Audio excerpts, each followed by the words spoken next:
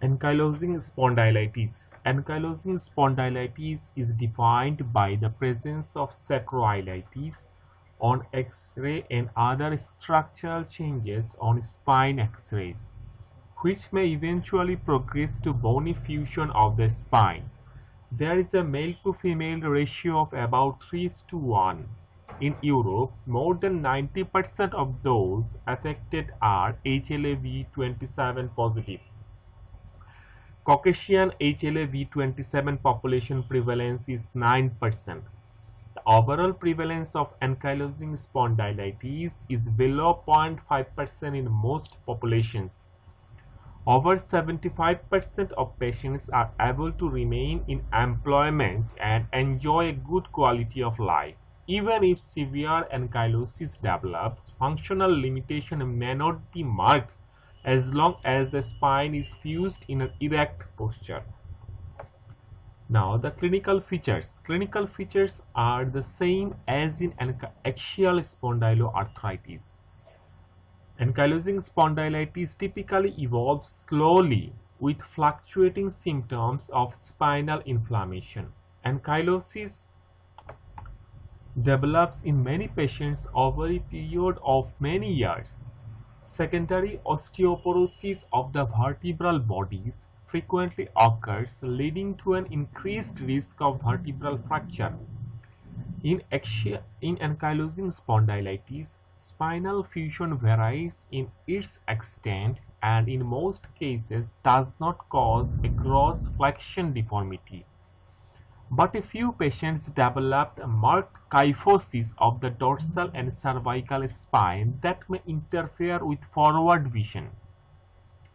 This may prove incapacitating, especially when associated with fixed flexion contractures of hips or knees.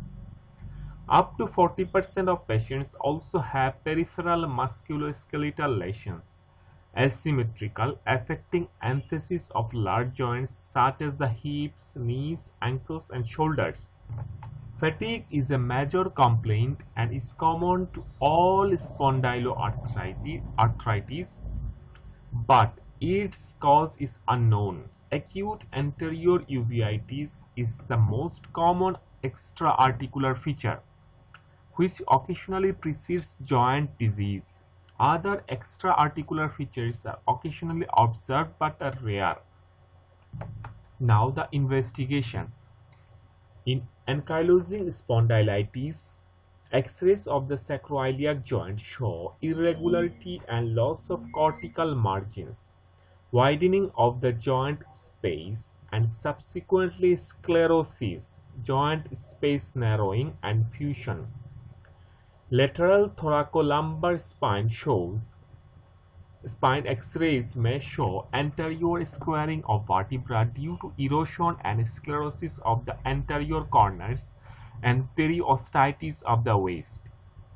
Bridging syndesmophytes may also be seen. These are areas of calcification that follow the outermost fibers of the annulus.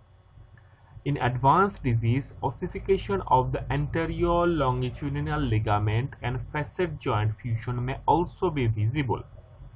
The combination of these features may result in the typical bamboo spine. Erosive changes may be seen in the symphysis pubis, ischemic tuberosities, and peripheral joints.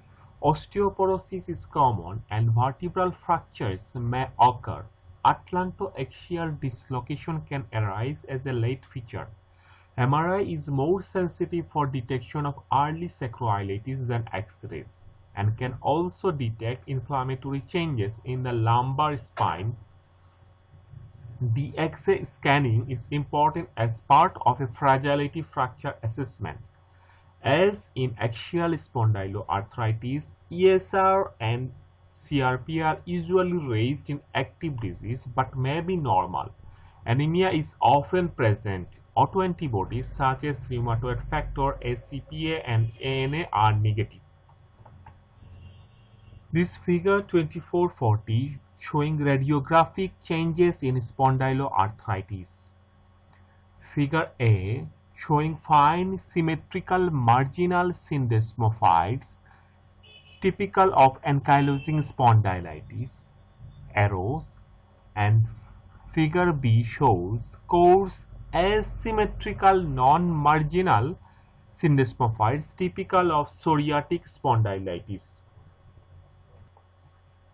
This figure A is an example of ankylosing spondylitis, and this figure B is an example of psoriatic arthritis. This figure shows bamboo spine of advanced ankylosing spondylitis. Note the symmetrical marginal syndesmophyte arrows, sacroiliac joint fusion, and generalized osteopenia.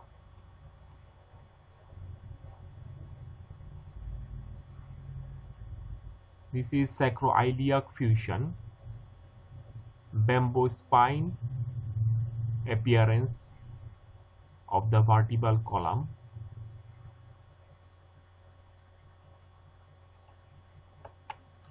Now management. The aims of management are the same as in axial spondyloarthritis.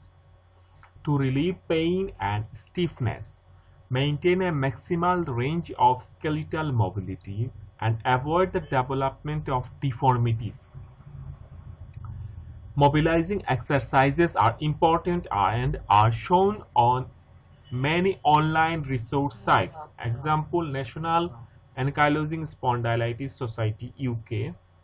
A long-acting NSAID at night is helpful for alleviation of morning stiffness. Anti-TNF or anti-IL-17A therapy should be considered in patients who are inadequately controlled on standard therapy, as described for axial spondyloarthritis. Biologic therapies are often highly effective at improving symptoms, but it is not clear whether they prevent ankylosis or alter the natural history of the disease.